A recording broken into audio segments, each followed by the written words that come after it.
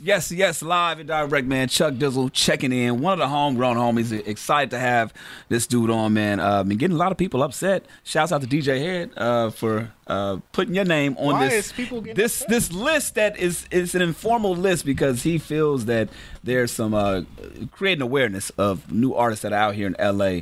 And by way of LA, of course, this dude in the house with us right now, Airplane James. What the Appreciate deal? You coming on through, man, and hanging out. Thanks for having me. One of my homegrown homies, man. I've got a chance to sit in the studio with you, actually just one time, and just that vibe that we had in the studio was pretty cool, man. With Prob and Luck and all that too, man. Top off all summer, bruh. Summer's coming up. Definitely. Now you just released a new video. Talk about that because I've seen. There's one thing I want to bring up based off of what I just saw in it. So talk about the actual video itself. All mine. Shit. That actually wasn't even planned, to be honest. That was one of the first collaborations I did with Problem. Word. So I was kind of like, I'm learning that too, being on, just getting signed to Diamond Lane. Yeah. It's different from just doing whatever you want to do when you're independent. Yeah. So, I was banging on my CEO, like, please, let me put some music out. I need something. Come on. Let me do something, dog. So, he let me put All Mine out. And then All Mine started gaining traction. So it was like, let's shoot the video. And my CEO actually came up with the concept of the video. So now, the chick in the video is reminiscent of... Shout out Aisha. Old girl from Friday. Is that... The theme behind it, because she had that Craig, I forgot her name. Craig's girlfriend in Friday. I don't remember her name. It's not Felicia. I'm drawing a blank right now. But that was not even playing with. She looked like her, that though. Shit. Everybody on set was like, "Oh, you her." You heard today. That's crazy. So that wasn't even planned itself. It was not planned at all, but I'm like, I was fucking with it. Wow, that's Shout dope. out Asia. So being with Diamond Lane Music Group, man, Diamond Lane Music Group, talk about that in itself, because you said it's different from just kind of just doing things on your own. Where were you? What were you doing prior to signing, being with the group? Prior to signing, I was doing music, releasing it on SoundCloud. So you were a SoundCloud rapper. I was a SoundCloud You can admit it. Okay. rapper. There's nothing wrong with that. How did you guys make that connection? Well, actually, one of my older homies from my neighborhood is actually the brother of the CEO of the company. But it was not easy. I was about to say, the first thing I'm going to say is it's a hookup. It's definitely not a motherfucking hookup. You worked your ass off. Let me tell you how that shit even went down. Go ahead. So, I'm banging on him. Like, yo, get me in the studio. You know what I'm saying? I just want to be in the door. Like, come on, right? He like, hey, man, shit, you got to make your own way. So he took me to the studio with Prob. And so this is before I knew Prob, so obviously I'm like starstruck and all that shit. So we get there. I had some pre-writs. I was ready. I'm like, whatever he want to do tonight, he's done. I got a hot 16, multiple ones ready. Man, I did all that shit, and he was like, what else you got? Let's go. I'm like, oh shit, this is the real deal. I know, because they some workers over there, man. That part. Mm-hmm. So after that session, I hit my older homie up. I'm like, hey man, take me back. He like, nah, you should have exchanged contacts with him. Should have figured it out. But Prob actually liked my shit, so he ended up DMing me, and that's how we kept it going. Hey, that's a cool story, because like it shows, for one, that nothing was handed to you, right? Not at all. You had to work your ass off once you got in the door, and you didn't rely on that. You did have to learn, okay, I got to reach out and have my own resources. Like, even though they have a connection, they have a relationship, I got to establish my own relationship with them. Definitely. So with that said, because I've seen the whole camp, I've seen how they work. Prior to working with them and now being a part of the crew, have you learned multiple skill sets? Definitely. What's one thing that you picked up that you hadn't learned prior to signing Diamond Lane? Now, that one thing that you picked up now. Prior to signing the Diamond Lane, work ethic. Mm-hmm. Before I could just do whatever I wanted on my own time. Mm-hmm. But here it's like, it's a set schedule. You have shit to do all the time. Right. And you know what I'm saying? You got to check in. You like, goddamn, I thought I was done with school. We got about 5-6 group chats. Yeah. Check in. What's happening? What you doing? So is the group chats all business, or like is the group chats like? Oh, it's funny as hell. It was just on me today. I won't go into detail. But why not? Please do. I can't. What happened? But it was on me today. It's all jokes. Yeah. It's not just business, and that's what I like about it too. Like, I call everybody's reachable. You know what I'm saying? You call them, just have a conversation. Right. So I really love that about them. Now, have you learned how to, or let me just ask you this, prior to signing, again, just going back, when you were, and I don't want to make it a derogatory term when I say SoundCloud rapper. When I say that, it's no disrespect at all, because everybody's hustling, they doing their thing. But while you were a SoundCloud rapper prior to getting with the crew, was rapping the only thing you did, or did you Hell no. engineer? Shit. Did you make beats? I mean, because I feel like now an artist today, they pretty much know how to do multiple things. Yeah. Was that your thing prior to signing with them, or is like you kind of didn't know until you signed with them? Well, I was doing it all on my own before I got with them. Shit, artwork, music, engineering my own shit. I had to. Nobody was showing me how to do the shit. Yeah. So, yeah. So you were. How did you take that initiative upon yourself to start doing that? On my own? Mm-hmm. Nobody would help me. Shit. You trying to get beats? I'm trying to get beats. Actually, my producer is here, TC. I actually had to reach out to him. Like, man, I bought a pack from him. Did the shits, put videos down. He was like, man, you never got to pay me for a beat again. Like, you the only nigga that came through, bought a pack, That's dope. Really was serious about the shit. And why was that important to you, though? I mean, because everybody at this point tries to get things on the low. They try to build. You know what I'm saying? I know a lot. Because I tried to do that shit, and it's just. But you gotta respect You gotta respect their art. Yeah. I noticed. Like, I was reaching out to people, and nobody was hitting me back. So I would be like, "Hey, man, so what are you charging?" Right. Oh, we can have a conversation. The walls come down at that point. Yeah, because I was tired of purchase your tracks today. Yeah. I could have those. You feel me? Yeah. So with that, what music did you have prior? Were you working on projects? Did you have things that were out?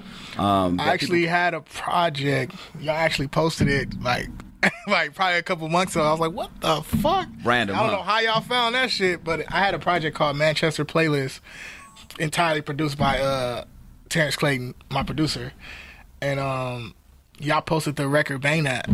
So when you see that go up, was it like, fuck, like, why you choose that? Or was it like, damn, did they research some shit? Y'all researched some shit, because I thought I was dope at that time. You know what's funny is that, because we got a whole network, man, and I'm not as tapped in as I want to be, and it's so good. Like, shouts out to The Essentials, shouts out to Rehab Radio, shouts out to the Cousins. Everybody on our network, they're really tapped into, like, what's going on in the streets and, like, new movements and stuff like that, because I can't be everywhere that I really want to be. But like I said, when I it's just something, being in that studio, seeing something, I'm like, okay, dude got something. You know what I'm saying? I love the fact that I never even said nothing either. We didn't talk music. No, we didn't, not at all. It was none of that. It was just, and I go off of people's vibes, right? Yeah. And that's just what it was. It was more or less like, okay, this dude knows what he wants to do. He's in an environment where everybody's around, but at the same time, you're gonna make sure that you're noticeable and doing your thing at the same time too. Definitely. What do you feel like is the biggest struggle? Now, because you learn a lot of new things. For you, what's the biggest adjustment being into the industry now, going from where you were to where you're at now? The biggest adjustment, just things that right now that you didn't know prior to, doing things on a professional level, so to speak, that you're like, damn, this is kind of new to me. Patience. Because, like, before, I would just, like, I'll do a record, and if it feel good to me, I'm going to release that shit that night. Right. But, with a label, you gotta let them do their thing. You know, you turn in a dope ass record, they be like, well, that could get this attention. Well, let me get it, and maybe we can get to a broader audience. And so hold your guns. Right. Chill. Yeah, we got you. I had to learn and that. Obviously, you've seen the benefit from that. Definitely. Too. Got a fucking song with Ninth Wonder. What the fuck, dog?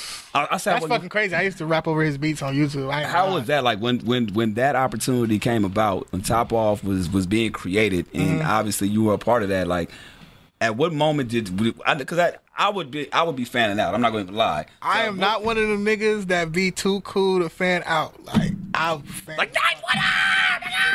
Yes. But at what point did for the inception of the track, like?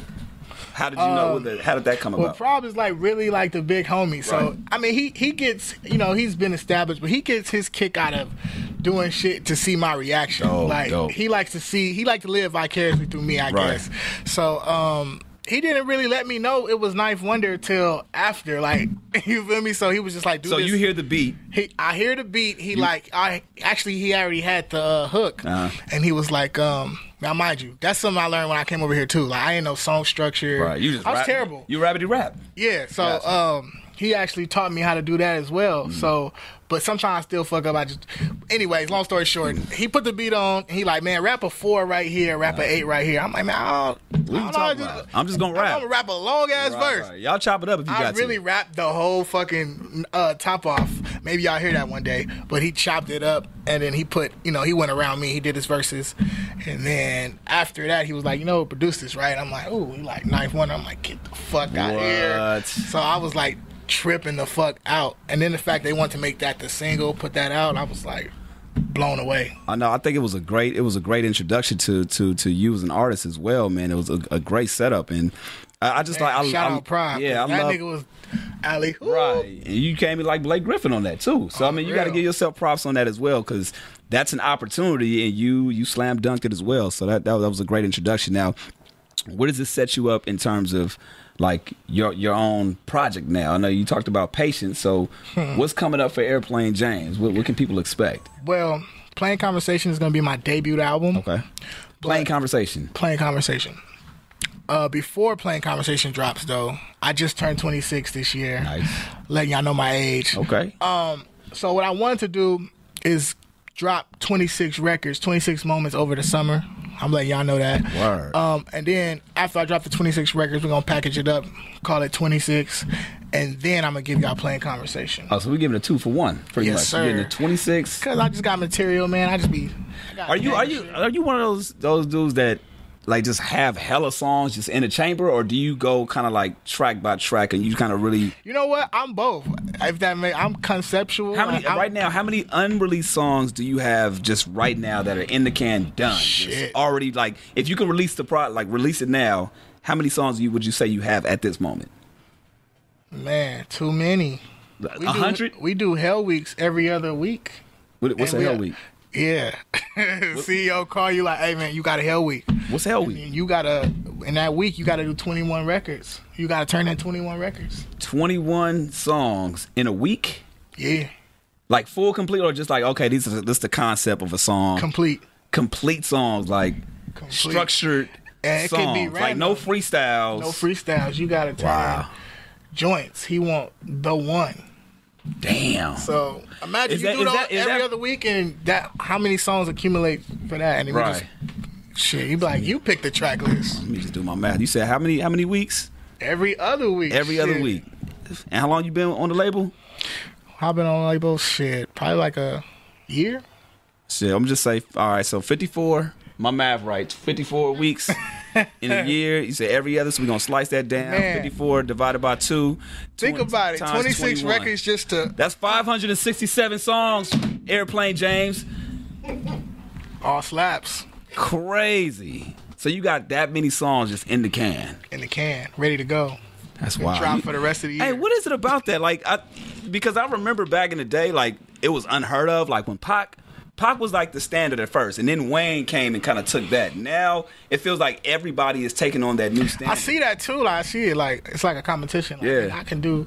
It's how many songs, and then I can go in the studio right off the top. Like, what's your process like when you actually record? Are you a writer, or do you put it in the phone? Do you mumble it and kind of come up with the structure? It depends on the mood I'm in. Like, or sometimes like my producer will send me the records before, and I'll be. I rarely write though, but I knew it. That's another one. It's like you're writing standard. Though. You just remember it, like. But you don't. The beats be playing. You don't write it down. You just kind of recite it in your head over and over and over. No, but what I do like my mind crazy, man. I be going all the time. Like I can be having a conversation, and if I pick up something I can use for a song, I'll write it down. So in my notes, I just have weird ass shit. Like you probably, what the fuck is this? But I wrote it down, so I can use it for in your phone. Some shit. Pull out your phone right now. Let's just see. Let's see what's one of the last. I want to see what's one of the last structural ideas that you came up with. Structural. Pull up your notes and just give me an idea of man. What, like, maybe it could be the last one. Yeah. It could be like one of the last ones or whatever the case may be. Let's see. Damn, you got my shit.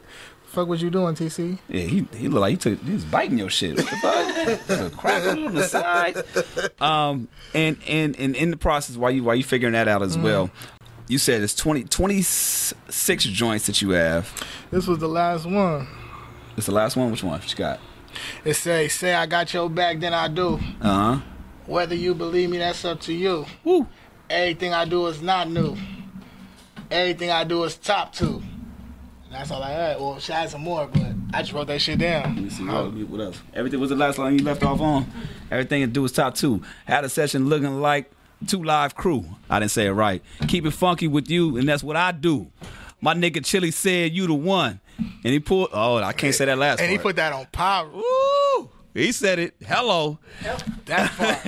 So, okay, damn. And that's a bar, too, because I'm from the east side. Yeah. I'm where I'm out of, it's just Cribs. Yeah. So, if my nigga Chili said he put that on Pyru, it's just a bar. Like, he from the whole other side, Compton. Right. He put his money on me. Damn. So. How does it feel to have that, I'm not going to say that pressure, but the attention on you right now? Because, like you said, Prob and Luck, those are fans. Those are also homegrown homies, but they're established. You know what I'm saying? They're doing their thing. And they're putting their faith in what you got. Same thing with Bird. Same thing with the whole crew. Like now, you're one of the next guys, man. Is that pressure for you, or how does you feel? I thrive off of it. It's pressure, but shit, I love it. Like, you know what I'm saying? And I don't feel the pressure from them. You know what I'm saying? It's more like uplifting. Like, right. If I make a mistake, they're going to check me. Yeah. But for the most part, check Prob Instagram or check his, you know what I'm saying? Like, I'm the every other post, you know what I'm saying? He really like, here, nigga, take it. Go, like, you feel me? And I think that's based off of just like I said, seeing them come up. And I'm not going to say nobody, but the whole consensus was like it was hardly people there to uplift them. You have folks that did obviously give them assists and alley-oops and help them on that end, but they come from that mentality of being a young nigga and not having the person that's able to help embrace. For real. So I love seeing that with Prob and Luck specifically. They make sure that they go out of their way. Like with Luck not make just sure, with me either. Right, like, exactly. Prob been doing this shit. Right. So I love seeing that, and I think what that does, it helps implant that in your DNA. So when the next cast coming up, you'll be able to do the same thing. For sure. Now, are you hands-on when it comes to your visuals as well, or do you kind of just let the people that do that? I'm definitely hands-on. Like, niggas ask me, what do I think? Right. Before, if I ain't got nothing, then go ahead. But it's like with the group chats. Right. We trying to shoot a record right now, Ferrari. We gonna drop that shit soon. We trying to come up with the concept right now. So it's a group chat. We all talking about it. Yeah. So going back to your process, like, so when you get a beat, shout out to T, you know what I'm saying? You get a beat, he sends you some shit. Do you like to create in the moment in the studio with the producer, or do you like to get tracks sent to you? What's your vibe? It depends. Like, actually, I do like to be in the studio to listen to him, but sometimes he'll play a beat and I'm like, yo, like, I'm going to take my time with this one. I'm going to go sit with this one and, like, see what I can really do, like, to invoke some feeling, but, like, it depends on my mood. But and what's that fine line between overthinking a track, overthinking the process, and just letting some shit fly for you? Damn, it's just all off my feeling for how I feel for the day. Like, I can hear a beat and just have some shit quick, or I can hear some shit like, man, I need to sit with this. I need to let that marinate a little bit. Yeah, or I've done shit where I've done a record and I've totally took the whole song off, like redid the whole song and did something else. It's just all of how I feel. So let's rewind a little bit more. Before Diamond Lane, before you became a SoundCloud rapper, what was the first song, or give us that first moment to you becoming, this is the shit you want to do? Where were you at? Like, did you record? Were you in the closet? I had a motherfucking, I don't even know the name of this MP3 little thing. I took my brother's shit. You can record on it. I had like a desk. Who the fuck still has a desktop computer? Hey, man, everybody got laptops, man. I know a lot of motherfuckers still got desktops, bro. Man. They old school with it, but they got it. Bow Wow, fresh as I'm is. I did a freestyle over that shit. Hey, no shame in your game. Arrived, dog. I don't even remember what I said. Did you record? You had it recorded. Do you still have it recorded?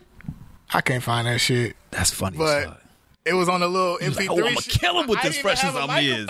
I'm gonna kill him with this. I didn't have a microphone. You just recorded the MP3. I put the MP3 close to the speaker, and that was. I was rapping on that motherfucker. Hey, I'm gonna tell my age, man. I knew from that shit. Like, shit. I'm gonna tell my age, man. Back in the day, what I used to do was record on a cassette and do the same shit. It was like it was a cassette player, but it was the ones that had the recordables. Like, there was a thing called Talk Boy. Like, I don't know if you've seen Home Alone.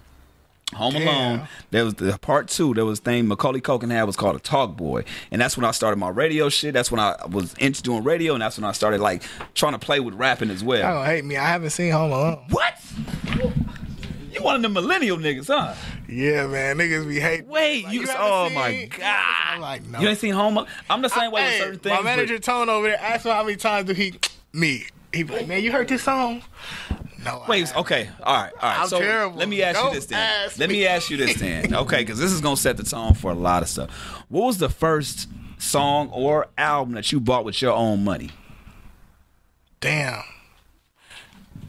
It was G-Unit, Beg for Mercy, and I bought the Outkast, the two. Aquemini and not Aquemini. I'm sorry. The Speaker Box and Love Below. Wow.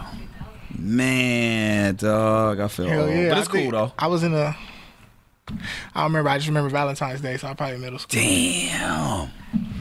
Wow, that just. But you haven't seen Home Alone. Well, no, you shouldn't, because that came out like probably the year you were born. Yeah, I haven't seen it. I'm gonna go back and redo it though. You're not gonna look at it. You're not. I'm gonna go revisit all the movies. What's another one that you haven't seen that people tell? Have you seen Friday? I've definitely seen. Okay. I was about to. But like, if you run down the black list of like the black movies, I'm probably missing a lot of those. Like New Jack City. I haven't seen New Jack City. What? All right. You know what? Charlamagne posted something. He said there was 20. There was, I think, 25. I wish I can pull it up now. It's 25 black movies that I think I've seen that shit. I posted it. He's like, I seen all of them. I'm like, shoot. Yeah. I ain't seen Crooklyn, nigga. I ain't seen CB4. What? Yo, instead of the Hell Week, the next Hell Week y'all do, Bird. The next Hell Week, sit this nigga down and watch all these movies. You gotta watch them, dog. I probably got some dope ass references. Man, I don't know what they be talking about. But at the same time, I get it, because now it's like those references are totally like, you just gotta have it for your own artillery. Like, man, just to see that. Yeah. Oh my god, that's crazy. I didn't know. I haven't seen the Damn, what's the movie with DMX and Belly? Nas. Belly. I haven't seen the Belly either. Oh man, I ain't gonna get at you on that, because I only seen it like 2 or 3 times myself. Only. Versus like Friday. I seen that. That's one I seen over and over and over again. Now, okay, so recently, I don't know if you saw, Kendrick bringing Old Girl on stage, the white girl on stage. I definitely saw that. First of all, what did you think about that? Do you think he set her up, or do you think that was just like, yo, she should have known to edit herself? White girl that was on stage, like, she was singing Mad City and said the N-word. I don't know, because, like, it's integrated where I'm from. Like, everybody say that shit. So I would be really tripping. I don't know. I don't be tripping. Now, for you, you go to a show. I'm sure when things are popping off, you see people singing lyrics. That doesn't bother you at all. Like, doesn't cross your mind at all. Hell nah, because I live in the neighborhood. Like but I'm saying, no, that's right. Hispanic partners, they be like, "What's up, my nigga?" That's not regular. No. Then you missing it. Yes, I get that. In your own environment and in areas that are the same. But let's say you go to Nebraska, right? And they singing Top Off all summer, and they recite one of your lines, and they got nigga, or let's just say you have a reference in the song, and nigga is just one of those words, and you seeing, 17, 18, 19-year-old white girls or white boys singing it. Is that something you gonna be like, oh shit, this is kind of different, or you just gonna let it I'm flow? probably looking at them like a fan, bro. Gotcha. They just a fan of the music, and I don't think they being, disrespectful with disrespectful or right. trying to be disrespectful. They just, they know the lyrics like everybody else. Right. I'm gonna tell you my only thing with that. Like, I feel you, because I feel like at these shows, you're gonna say it. It just happens. I don't. Kendrick handled it cool though. Yeah, he did. He was like, hey man, should I give her another one word? One word you gotta edit. But my only problem with her at that moment was her saying, "I'm not cool enough, bro." Like, bro, come on, just like you knew you messed up, and then said, I said it. I said it. Like, you knew you said it. That was my only takeaway from it. Like, if just own it. If you're gonna say like, "Hey, my bad. I just love that song." Yeah. I just say it out. I was singing it. I was even saying, I was like, "Yo, she might, call somebody else." Like Tyrone said, I can say it. Like anything like that, man. That's crazy. So for you, you don't think about that at all in terms of like censorship with your music? Is there anything that's off limits when it comes to rapping? Like for you, is it personal things that you choose not to dive into when it comes to that, or you haven't even dealt with that at this point? I haven't really dealt with it, but today I'm not probably know I'm not really vulgar on my record. Right. Like I just find it. I don't know. I guess my uncle, like he used to always, like when I used to drive with him and shit, he would turn off all the fucking songs that had super raunchy lyrics.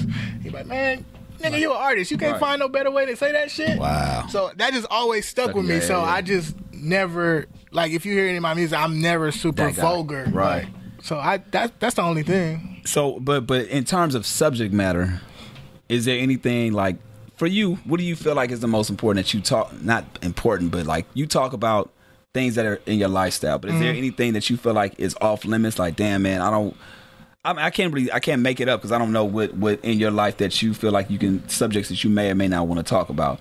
But do you feel like there's anything that you know what, I'm not gonna pan that. I'm not ready to tell that story yet. Or everything's on the table. On the table. Yeah. Somebody out there can relate for sure. That's one of the most amazing things about music. Like, even if you feel like you don't like something, there's somebody else. Like, when it comes to music, I always ask artists, yo, what's one of your favorite songs? And they're like, oh man, I can't answer that. But you may think a single is the right one, but a fan can love something totally different. You know what I'm saying?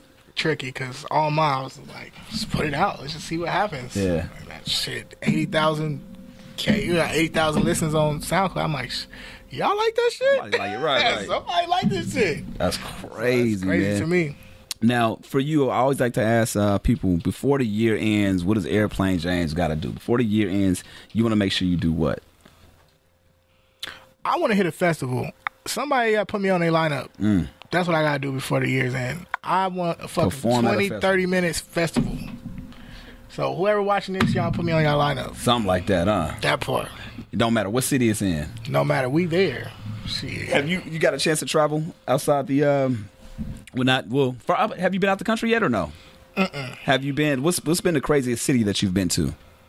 I went to Hawaii in February. And what was that like? It was fucking dope. My phone was broke, so I had to actually experience it. So that was pretty dope. Shit, I couldn't use my phone to fucking Instagram every day. I had to actually, Did you let your producer hold the phone before? Oh, he wasn't there with me. I was about to say, he might have chewed that motherfucker. No. As long as he didn't do it. So you fucked up your phone. Yeah, I fucked up my phone, but it was dope. I had to actually experience I had to experience. I couldn't show nobody. Man. I was kind of hot about that. You've been stuck for your phone like, damn, that shit would have been hard on the ground. Fuck, I can't even do that. Real, like, fuck. That's wild. I'm having people take pictures, man. Send it to my shit. I'm going to get it when I get back, for sure. So what's the name, man? What's the reasoning behind the name, Airplane James? Airplane James is actually an ode to my grandmother. She talks the most shit. Anybody know her? She's a crazy lady, but I love her to death. She used to always say I'm hard-headed, so she used to always say, boy, your head is wide as an airplane. My middle name's James, so I'm a fly-ass nigga, so. Okay, all right. Yeah, you had that rehearsed. I like that. He said, I'm a fly-ass nigga, motherfucker. I ain't had that rehearsed. It's just, they just come off the top. Now, is there anybody that at this point that you would love to collab with, reach out to, or just obviously using your new influence that you would love to kind of like, work with at this point? I really want to work with Sir. Oh, Sir is so dope, dude. I've been banging his shit a lot lately. That nigga album hard as fuck. Did you go to the championship tour? I did not. They pulled SZA, I see. Man, yeah, their vocals fucked up right now. Damn. That's cold game. I mean, listen, I'm in love with SZA. They're not pushing her to do extra shit right now, so that's kind of cool on Top's behalf. But yeah, man, I got a chance to see him at the Forum, and one of the amazing moments that I took away from that was seeing Sir perform in Inglewood at the Forum. That shit was so dope, dude. To see, not only I'm walking in, I see the jersey with Sir's name on it, and then going there and watching him perform, I was just like, I know that shit is fucking with him too. Yeah, like, man. Damn. This is like that's an amazing feeling, I can imagine. So, and I really liked his, like, after I watched his Breakfast Club interview, I'm like, this is a real dude. He was like, man, I was at Guitar Center, man. They found my shit. Here I am. I'm like, I relate to you, my nigga. It's the same shit that happened to me. I was on SoundCloud. And these niggas, nah. So for you, what were you doing prior to rapping? Like, if you weren't doing rap right now, what do you think the profession of your choice would be? I don't even have that answer for you, dog. What were you doing? What was the last job you had? Or do you have a job right now? Universal Studios. I was working at Universal Studios. They take your picture, my nigga. So you was the motherfuckers bothering us as soon as we walked in. Hey, I got you. That wasn't me. Man. Oh, okay. I'm like, don't put me right there, man, because people be rude as a motherfucker, and I might go off on one of them motherfuckers. So you were the one. Which one were you? I'm the one you come to the ride, and you just, I just show you your shit. I ain't gotta say nothing to you here. Just see your picture right there. Oh, so you the one that after you on the ride, they say, okay, look, here's your shit. We pulling it up. Do you want to buy it? Less talking is possible. Yeah, I don't want to talk to you. I used to hate that. Walking to an amusement park. Hey, I got you. We gonna take your picture. Take the picture. Hey, they actually had me there for the first week, and I just wasn't friendly enough. Like, man, you gotta ask somebody. What was your tactic? Them. You didn't have no tactic. I'm like, hey, man, you want to take a hey, my nigga, you want to take this flick or what? You want to take a picture or what? It's like, you gotta be. They not gonna take the picture with you talking like that. I'm like, oh, stop. Put me somewhere else then. So you the one when they on the ride. After they get the ride, you showing them, all right, it's either 3 or 4. If you want one, come holler. Yeah, see, I can do that. That's easy. You either want it or you don't. At what point did you stop working? Shit. When Diamond Lane was like, come on in. Ooh. Like, was that a hard decision? Well, I know that wasn't a hard decision, but for you, like, at what point, like, because of the whole leap of faith thing, that's one thing that's the common thing between everybody. Jesus, jump off with your favorite shoe. So, when did you decide to actually do that? Like, because you get the call. I mean, I'm sure you've seen or heard things before. I didn't leave initially. I ended up breaking my foot. Wait, what? Yeah, I broke my foot. Random? How? At work? Yeah. I don't know. It's a stress fracture. It's really like a basketball. Man, that shit hurt, huh? Like yeah. Basketball injury. While you were at work, right? Yeah. I don't know. So I broke my foot, and I took some time off. When I took the time, that's like, crazy man, that you broke your foot right when Diamond Lane called. I'll be up there with my goddamn motherfucking. That's a trip. Cast on everything. That's a trip, and it happened at work, right? Happened at work. Yeah, man. That was a sign. Man, from God. From God. So that was that little leap of faith. That little leap I was maxing, relaxing, going to events with Prob and shit. I'm like, man, nigga, get used to this. Yeah, I ain't coming back. Is that did you make a 2 weeks notice call, or was it just not? Oh no, they kept calling me like, are you gonna come back? Nope. Foot still broke. I was still getting what's the disability? Yeah, because your foot was broke. I'm like, I didn't even respond, bro. So I technically got fired. So I just didn't respond to them. They kept hitting me. I actually got a song about it. You'll hear a song on the album. Yeah. Now is this gonna be on the 26th one, or is it gonna be on the plane? Like DJ Khaled said, be ready. Be ready. All right. So 2 projects. Is this happening anytime soon, or just be ready? Be ready. Motherfucking Airplane James, dog. Plane Conversations. That part. Is it conversation or conversations? Conversation. I like the way you flipped that, the plane conversation on that. All right. Well, shit, man, this has been a pleasure, man. I look forward to this conversation. To me, I always like to get the insight of people that... Man, I used to watch. I'm telling you, man, I'm tripping out. You here now, dog? Yeah, I'm still tripping out. We look forward to these moments, bro. Like, for real. Like, congratulations on everything. We go back to the beginning, though. Who mad? Who mad that no, I wouldn't no specific names, but I can tell you that people feel a certain way that your name is on that list, and feel away, young nigga, feel away. My dude, Airplane James, appreciate you coming on through. Yes, sir. Checking in with Chuck Dizzle with the homegrown homie Diamond Airplane James, Diamond Lane Music Group. Be on the lookout for that Plane Conversations, because it's not gonna be plain. You feel me? You I like what you like that. Did.